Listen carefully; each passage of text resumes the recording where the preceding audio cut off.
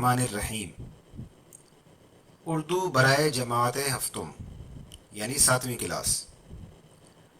السلام علیکم ورحمۃ اللہ وبرکاتہ۔ سبق پیارا وطن۔ سب سے پہلے ہم ایک نظر ڈالتے ہیں اس پر کہ اس سبق میں ہم کیا کیا سیکھیں گے۔ تو نظم کا تعارف ہوگا، بلند خوانی، نظم کی آسان تشریح، مشقی سوالات، مصرع کسے کہتے ہیں، مصرع مکمل کیجیے، متضاد الفاظ، درست مصرعے کی تلاش، اور قافیہ اور ردیف۔ تو نظم کا تعارف کیا ہے؟ نظم پیارا وطن۔ یہ نظم دراصل وطن کا ایک گیت ہے جس میں وطن سے محبت کی تعلیم دی گئی ہے۔ آپ نے ایسے بہت سے گیت اور نظمیں سنی ہوں گی، مثلا یہ وطن تمہارا ہے، تم ہو پاس باں اس کے، یہ چمن تمہارا ہے، تم ہو نغمہ خواں اس کے۔ اس نظم میں شاعر نے ہمیں بتایا ہے کہ پاکستان ایک بہت پیارا ملک ہے، یہ ہمارا وطن ہے جو ہمیں اپنی جانوں سے بھی زیادہ پیارا ہے، یعنی ہم اس کے لیے ہر قسم کی قربانی دے سکتے ہیں۔ یہ وطن اتنا خوبصورت ہے کہ گویا یہ جنت کا ہی ایک ٹکڑا ہے۔ اس ملک میں خوبصورت جنگل لہلہا رہے ہیں اور اس میں مختلف باغات مہک رہے ہیں۔ اس ملک کے باغوں میں بہاریں دکھائی دیتی ہیں اور گھٹائیں چھا کر برس رہی ہیں۔ اس ملک میں ہر سمت خوشی پھیلی ہوئی ہے۔ شاعر کہتا ہے کہ ہم اس ملک کی کہانیاں اور قصے سب کو سناتے ہیں اور اس کی محبت کے گیت گاتے رہتے ہیں، کیونکہ ہم اس وطن کے ہیں اور یہ وطن ہمارا ہے اور یہ وطن بہت پیارا ہے۔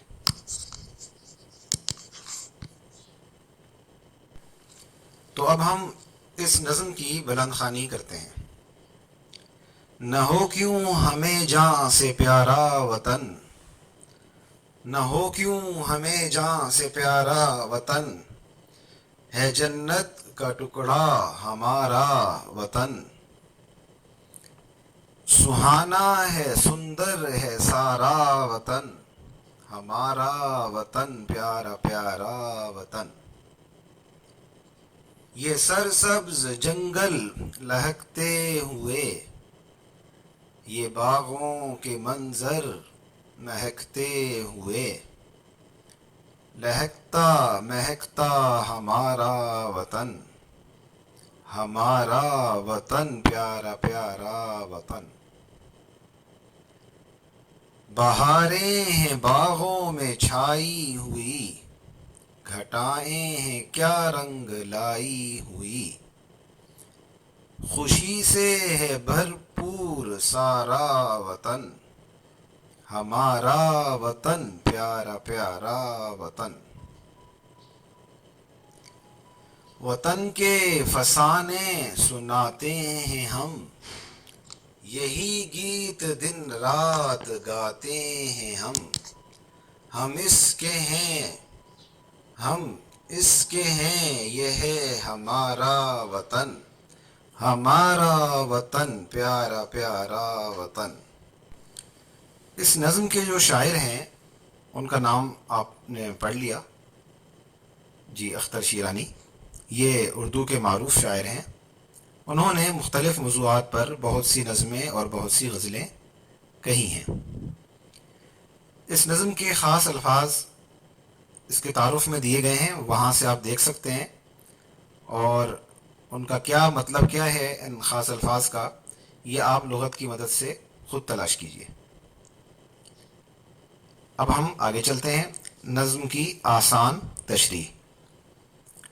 تو دیکھیے، نہ ہو کیوں ہمیں جاں سے پیارا وطن، ہے جنت کا ٹکڑا ہمارا وطن، اس کا مطلب لکھا ہوا ہے، ہم نے بالکل آسان تشریح کی ہے تاکہ آپ شعر کی تشریح کرنا سیکھ لیں۔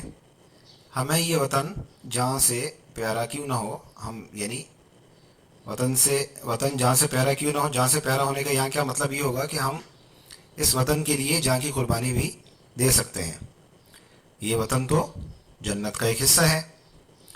یہ خوبصورت، اچھا، سہانا ہے سندر ہے سارا وطن، ہمارا وطن پیارا پیارا وطن۔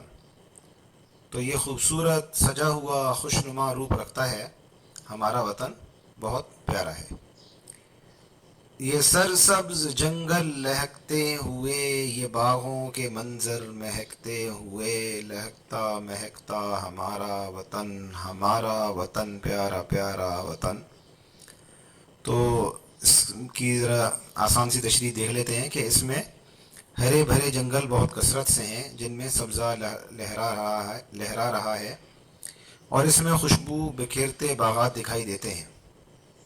ہمارا وطن سرسبز و شاداب ہے اور خوشبو سے مہک رہا ہے، ہمارا وطن بہت پیارا ہے۔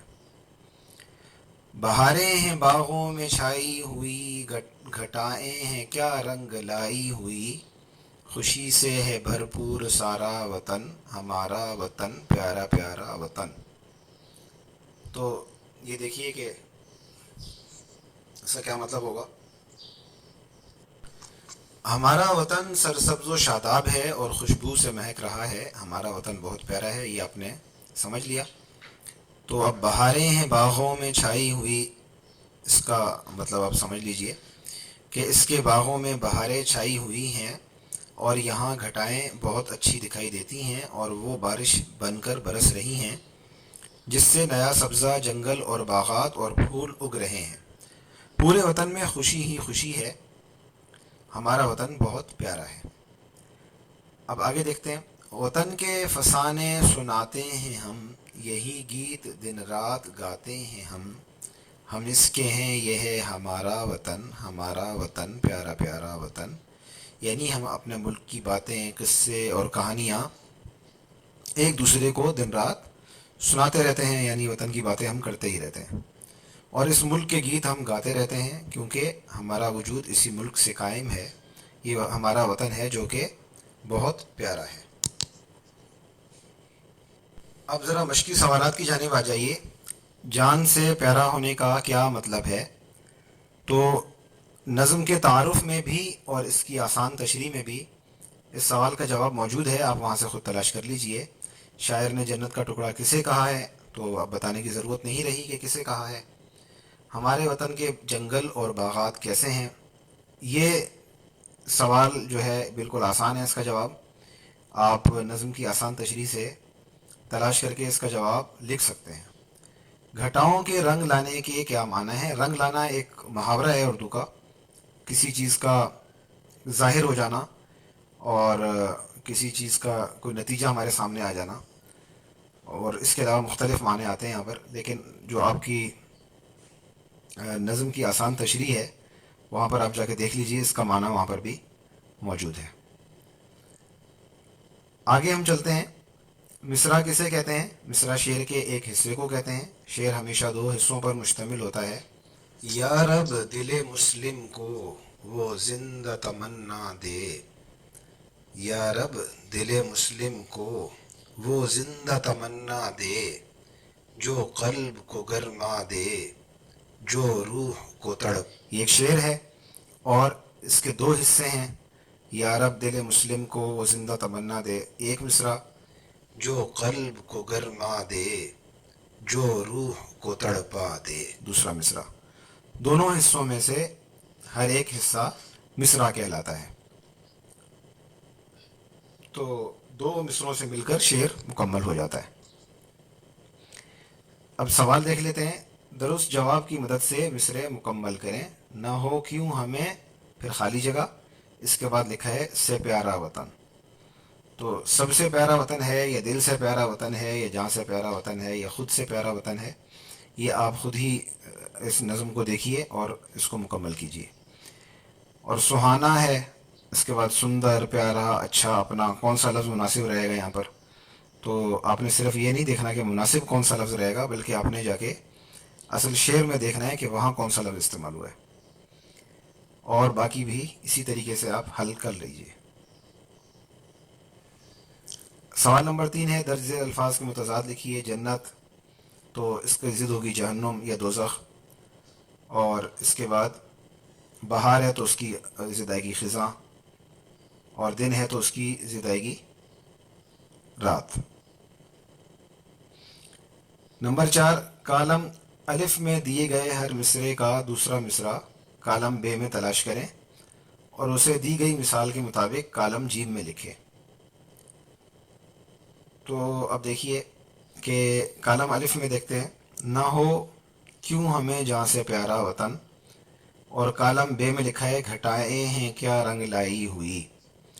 تو یہ اس کا دوسرا مصرع نہیں ہے، شعر کا دوسرا مصرع یہ نہیں ہے، بلکہ شعر کا جو دوسرا مصرع ہے وہ کالم جیم میں لکھا گیا ہے کہ ہے جنت کا ٹکڑا ہمارا وطن۔ تو اب یہ شعر مکمل ہو جائے گا۔ کالم الف میں ہے نہ ہو کیوں ہمیں جہاں سے پیارا وطن، اور کالم جیم میں ہے جنت کا ٹکڑا ہمارا وطن۔ تو یہ شعر مکمل ہو گیا۔ تو درست مصرعے کا انتخاب کا مطلب یہی ہے کہ آپ اس نظم میں جس طریقے سے جو شعر دیا گیا ہے اسے آپ نے اس مشق میں اسی طریقے سے مکمل کرنا ہے۔ دوسرے جو مصرع ہے، یہ سرسبز جنگل لہکتے ہوئے، اس کا جواب ہم نے لکھ دیا ہے، اور باقی آپ اسی دو مثالوں کو دیکھ کر باقی مصرع آپ مکمل کر لیجئے۔ نمبر 5 میں آپ کو ایک مشق دی گئی ہے، یہ مشق ہم آپ کو مکمل تفصیل کے ساتھ اگلے سبق میں سمجھائیں گے۔ ذرا دیکھتے ہیں پہلے ہم یہ سمجھ لیتے ہیں کہ قافیہ اور ردیف کیا چیز ہے۔ تو شعر کے آخر میں آنے والے ہم آواز الفاظ کو قافیہ کہتے ہیں، یعنی جن کی آوازیں ایک جیسی ہوں۔ اگر ایک ہی لفظ شعر کے آخر میں بار بار آئے تو اسے ردیف کہتے ہیں۔ یہ ایک آسان سی تعریف ہم نے لکھ دی ہے قافیہ کی اور ردیف کی۔ اب ذرا سمجھ لیتے ہیں کہ سوال کیا ہے۔ تو مثال میں دو شعر دیے گئے ہیں، نہ ہو کیوں ہمیں جہاں سے پیارا وطن، ہے جنت کا ٹکڑا ہمارا وطن۔ تو یہاں جو ہم آواز الفاظ ہیں وہ پیارا اور ہمارا ہے، اور وطن وہی لفظ ہے جو دوبارہ بار بار آ رہا ہے۔ سہانا ہے سندر ہے سارا وطن، ہمارا وطن پیارا پیارا وطن۔ تو سارا اور پیارا ہم آواز ہیں، اور وطن وہی لفظ ہے جو دوبارہ آئے۔